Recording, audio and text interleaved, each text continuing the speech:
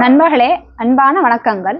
இந்த காலகட்டத்தில் பார்த்தோம்னா நாம் அனைவருமே நம்மளுடைய ஆன்மாவின் சக்திகளை இழந்தவர்களாக இருக்கிறோம். எதற்காக நான் இப்படி சொல்றேன்னு பார்த்தோம்னா, உதாரணத்துக்கு நாம சொல்றத மற்றவங்க கேட்கவில்லை என்றாலோ, அல்லது அவங்க நமக்கு பிடிக்காததை எதையாவது பேசினாலோ செய்தாலோ உடனே நம்ம அவங்கள ரியாக்ட் செய்து விடுவோம். அதாவது அவங்கள எதிர்த்து பல வார்த்தைகள் பேசி விடுவோம். அதுக்கப்புறம் உட்காந்துட்டு யோசனை பண்ணுவோம், நாம இப்படி பேசியிருக்க கூடாது, இந்த மாதிரி வார்த்தைகள் எல்லாம் விட்டுருக்க கூடாது. ஆனா ஒரு முறை வார்த்தைகளை விட்டு விட்டுட்டோம்னா அள்ள முடியாது, அது காலத்துக்கும் அவங்க மனசுல இருந்து அழிக்கவும் முடியாது. அப்படி இருக்கும்போது உடனே நாம எந்த மாதிரி ஒரு சந்தர்ப்ப சூழ்நிலையா இருந்தாலும் சரி, மனிதர்களா இருந்தாலும் சரி, ரியாக்ட் செய்யக்கூடாது. ஆனா அந்த சந்தர்ப்ப சூழ்நிலையை நல்லபடியாக எதிர்கொள்ளணும். அதுக்கு நாம என்ன செய்ய வேண்டும் என்பதை இந்த சின்ன அற்புதமான சுவாரஸ்யமான கதை மூலமா தெரிந்து கொள்ளலாம். வீடியோவின் கடைசி பகுதியில நாம இழந்துவிட்ட இந்த ஆன்மாவின் சக்திகளை எப்படி பெறுவது என்பதையும் தெரிந்து கொள்ளலாம். வாங்க கதைக்குள் போகலாம். விஜயநகரம் என்கிற நாட்டை மன்னர் சூரியமூர்த்தி ஆண்டு வந்தாராம்.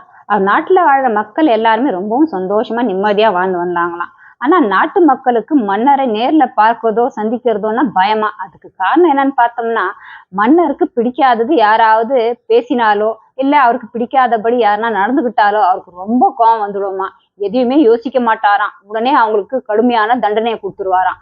அதனாலே நாட்டு மக்கள் எல்லாருமே முடிஞ்ச அளவுக்கு மன்னர் கண்ணில் படாம இருப்பதே நமக்கு நல்லது என்று வாழ்க்கை வாழ்ந்து வந்தார்களாம். மன்னருக்கும் அவருடைய இந்த குணத்தால ரொம்ப கஷ்டமா இருந்ததாம். ஏன்னா வாழ்க்கையில பெரும்பாலான நேரம் அவரு ஏதாவது ஒரு சந்தர்ப்ப சூழ்நிலை அவருக்கு சாதகமா இல்லாத இருந்தா போச்சுன்னா அவர் ரொம்ப டென்ஷன் ஆயிடுவாராம், ஸ்ட்ரெஸ்ல போயிடுவாராம். இப்படியே வாழ்க்கை வாழ்ந்து வந்தாராம். ஆனா அவர் பக்கத்து நாட்டு மன்னர், அவர் பேர் ஆனந்தமூர்த்தியாம். பேருக்கு ஏற்ற போலே ரொம்ப ஆனந்தமாவும் சந்தோஷமாவும் வாழக்கூடியவராம். அவர் நாட்டுல இருக்கிற மக்களும் எல்லாரும் ரொம்பவும் ஆனந்தமாக வாழ்ந்து வந்தார்களாம். அதுக்கு காரணம் முக்கியமா அந்த ஆனந்தமூர்த்தி மன்னர் எப்பேற்பட்ட பிரச்சனையா இருந்தாலும் சரி, விஷயமா இருந்தாலும் சரி, சந்தர்ப்ப சூழ்நிலையா இருந்தாலும் சரி, எல்லாத்தையுமே பெருசா பார்க்காம லேசாக எடுத்துக்க எந்த ஒரு விஷயத்தையுமே யோசிச்சு அமைதியாக செயல்படுவாராம். அதனால அவர் வாழ்க்கையில எப்பவுமே ஆனந்தமாகவே இருந்தாராம். இந்த விஷயம் சூரியமூர்த்தி மன்னர் காதுலயும் விழுந்துதான். அப்போ சூரியமூர்த்தி மன்னர் யோசனை பண்ணி பார்த்தாராம். அவரும் ஒரு நாட்டின் மன்னர், அவரும் நாட்டை ஆளக்கூடியவர், நாட்டு மக்களை எல்லாம் பார்த்துக்கணும், நாட்டு மக்கள் நலனுக்காக பாடுபடணும். இப்படி இருக்கும்போது அவரால் மட்டும் எப்படி எந்த டென்ஷனும் ஸ்ட்ரெஸ்ஸும் இல்லாம இவ்வளோ ஆனந்தமாக வாழ முடியுது, இந்த ரகசியத்தை நானும் தெரிந்து கொள்ளணும் அப்படின்னு மனசுல நினைச்சுக்கிட்டு, சரி ஒரு நாள் அவரை நம்ம நாட்டுக்கு விருந்துக்கு அழைப்போம், அப்போ பேசும்போது அவர்கிட்ட இந்த ரகசியம் நம்ம கேட்டு தெரிஞ்சுக்கலாம் அப்படின்னு ஆனந்தமூர்த்தி மன்னரை தன் நாட்டுக்கு அழைத்தாராம். ஆனந்தமூர்த்தி மன்னரும் அழைப்பை ஏற்றுக்கொண்டு அந்த நாட்டுக்கு வந்தாராம். அவர் கூட சில மந்திரிகளும் வந்து சேர்ந்தார்களாம். சுந்தரமூர்த்தி மன்னர் எல்லாரையும் அழைத்து கொண்டு அரசவைக்கு போனாராம். அரசவையில சுந்தரமூர்த்தி மன்னரும் ஆனந்தமூர்த்தி மன்னரும் ரொம்ப சகஜமா ஆனந்தமா மகிழ்ந்து பேசி கொண்டு இருந்தார்களாம். அதை பார்த்துட்டு அரசவையில உள்ள மற்ற மந்திரிகளும் சிப்பாய்களும் ரொம்ப ஆனந்தமா சந்தோஷமா அவங்க பேசக்கூடிய விஷயங்கள் எல்லாம் கேட்டு மகிழ்ந்து கொண்டு இருந்தார்களாம். இப்படியே மதிய வேலை வந்து விட்டதாம். சூரியமூர்த்தி மன்னர் ஆனந்தமூர்த்தி மன்னரை பார்த்து சொன்னாராம், மதிய வேலை வந்து விட்டது, வாங்க சாப்பிட்டுக்கிட்டே பேசலாம் அப்படின்னு உணவு அறைக்கு எல்லாரையும் கூட்டிட்டு போனாராம். கூட்டிட்டு போய் அங்க எல்லாரையும் உட்கார சொன்னாராம். அதுக்கு பிறகு அங்க இருக்கிற அரண்மனை வேலையாட்கள் எல்லாம் வேண்டிய உணவு எல்லாம் கொண்டு வந்து டேபிள் மேல வைத்து விட்டு போனார்களாம்.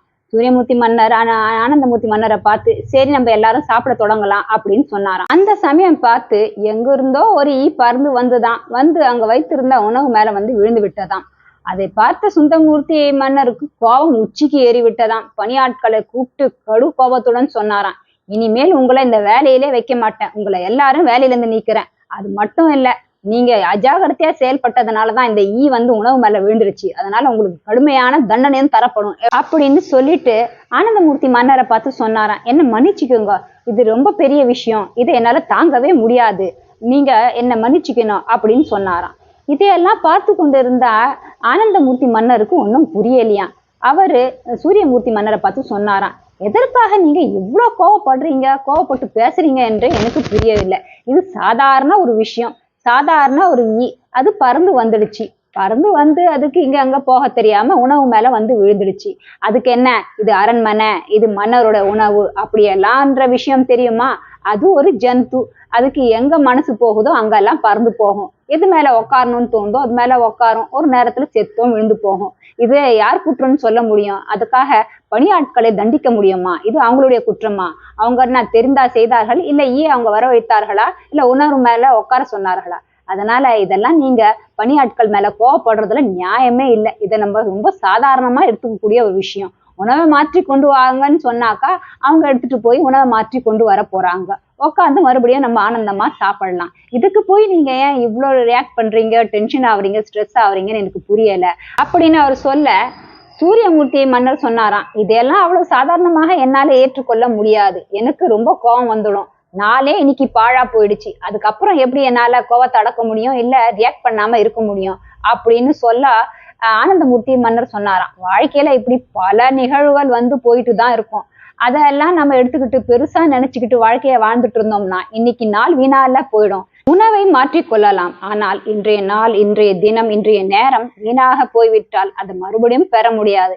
அது மட்டும் இல்ல, இப்படி சின்ன சின்ன விஷயத்துக்கெல்லாம் நாம ரியாக்ட் பண்ணிட்டே இருந்தோம்னா இது நமக்கு பழக்கமா ஏற்பட்டு விடும். அதுக்கப்புறம் சின்ன சின்ன சந்தர்ப்ப சூழ்நிலைகளோ இல்ல மனிதர்களோ நமக்கு சாதகமாக இல்லாம போனா நமக்கு கோபம் வரும், நம்ம ரியாக்ட் பண்ணுவோம், டென்ஷன் ஸ்ட்ரெஸ்ன்ற நிலைமைக்கு போய்விடுவோம். நிதானமாக சிந்தித்து பாருங்கள். இது ஒரு பெரிய விஷயமே இல்லை. இன்றைக்கு நடந்த நிகழ்வு ரொம்ப சர்வசாதாரணமான ஒரு நிகழ்வு. அதை நீங்க சாதாரணமாக எடுத்துக்கொள்ளலாம் அப்படின்னு சொல்லிட்டு மெல்ல சிரித்தாராம்.